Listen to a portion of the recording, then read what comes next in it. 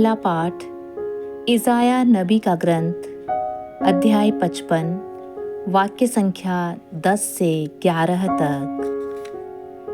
जिस तरह पानी और बर्फ आकाश से उतरकर भूमि सींचे बिना उसे उपजाऊ बनाए और हरियाली से ढके बिना वहाँ नहीं लौटते, जिससे भूमि बीज बोने वाले को बीज और खाने वाले को अनाज दे सके, उसी तरह मेरी वाणी मेरे मुख से निकलकर व्यर्थ ही मेरे पास नहीं लौटती।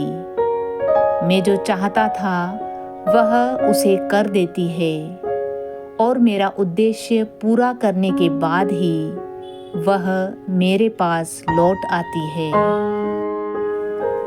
दूसरा पाठ रोमियो के नाम संत पौलुस का पत्र, अध्याय 8, वाक्य संख्या 18 से 23 तक। मैं समझता हूँ कि हम में जो गरिमा प्रकट होने को है, उसकी तुलना में इस समय का दुख नगण्य है, क्योंकि समस्त सृष्टि उत्कंठा से उस दिन की प्रतीक्षा कर रही है जब ईश्वर के पुत्र प्रकट हो जाएंगे। यह सृष्टि तो इस संसार की असारता के अधीन हो गई है, अपनी इच्छा से नहीं बल्कि उसकी इच्छा से जिसने उसे अधीन बनाया है।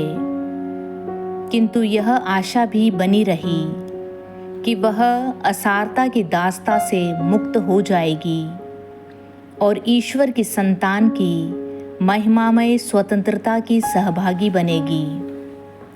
हम जानते हैं कि समस्त सृष्टि अब तक मानव प्रसव पीड़ा में कराहती रही है, और सृष्टि ही नहीं, हम भी भीतर ही भीतर कराहते रहे हैं।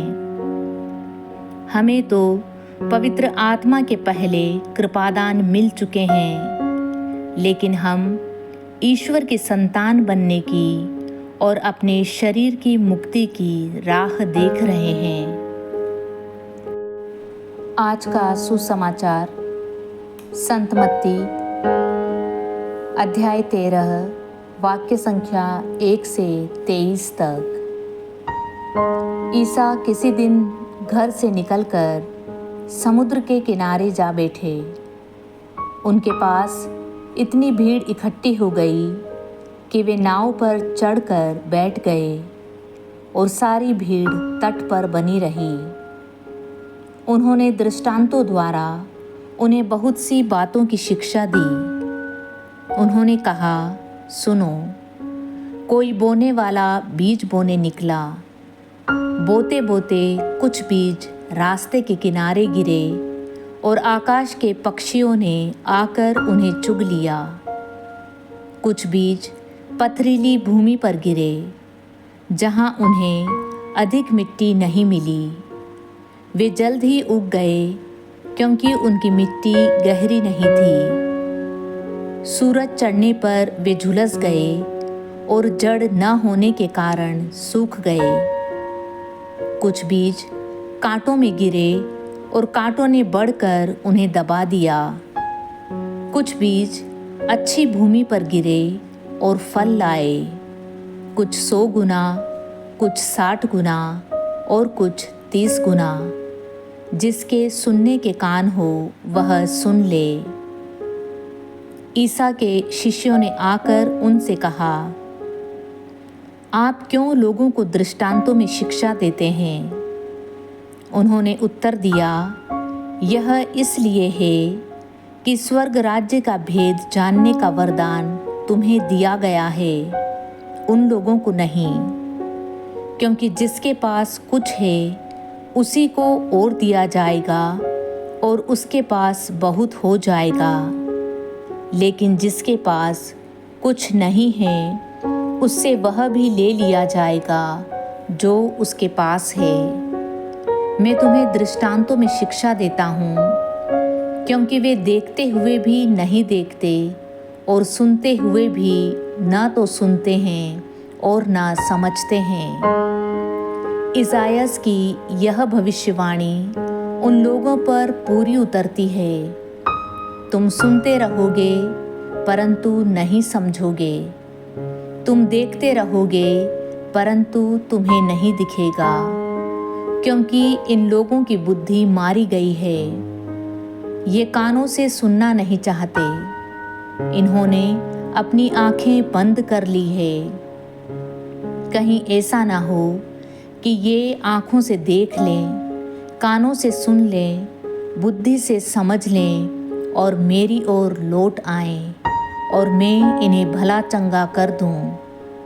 परंतु धन्य है तुम्हारी आँखें, क्योंकि वे देखती हैं, और धन्य है तुम्हारे कान, क्योंकि वे सुनते हैं। मैं तुम लोगों से यह कहता हूँ, तुम जो बातें देख रहे हो उन्हें कितने ही नबी और धर्मात्मा देखना चाहते थे, परंतु उन्होंने उन्हें नहीं देखा। और तुम जो बातें सुन रहे हो वे उन्हें सुनना चाहते थे, परंतु उन्होंने उन्हें नहीं सुना है।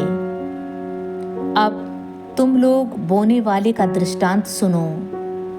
यदि कोई राज्य का वचन सुनता है लेकिन समझता नहीं, तब उसके मन में जो बोया गया है उसे शैतान आकर ले जाता है। यह वह है जो रास्ते के किनारे बोया गया है। जो पथरीली भूमि में बोया गया है, यह वह है जो वचन सुनते ही प्रसन्नता से ग्रहण करता है, परंतु उसमें जड़ नहीं है और वह थोड़े ही दिन दृढ़ रहता है। वचन के कारण संकट या अत्याचार आ पड़ने पर वह तुरंत विचलित हो जाता है। जो कांटों में बोया गया, यह वह है जो वचन सुनता है, परंतु संसार की चिंता और धन का मोह वचन को दबा देता है और वह फल नहीं लाता। जो अच्छी भूमि में बोया गया है, यह वह है जो वचन सुनता और समझता है और फल लाता है, कोई 100 गुना, कोई 60 गुना और कोई 30 गुना।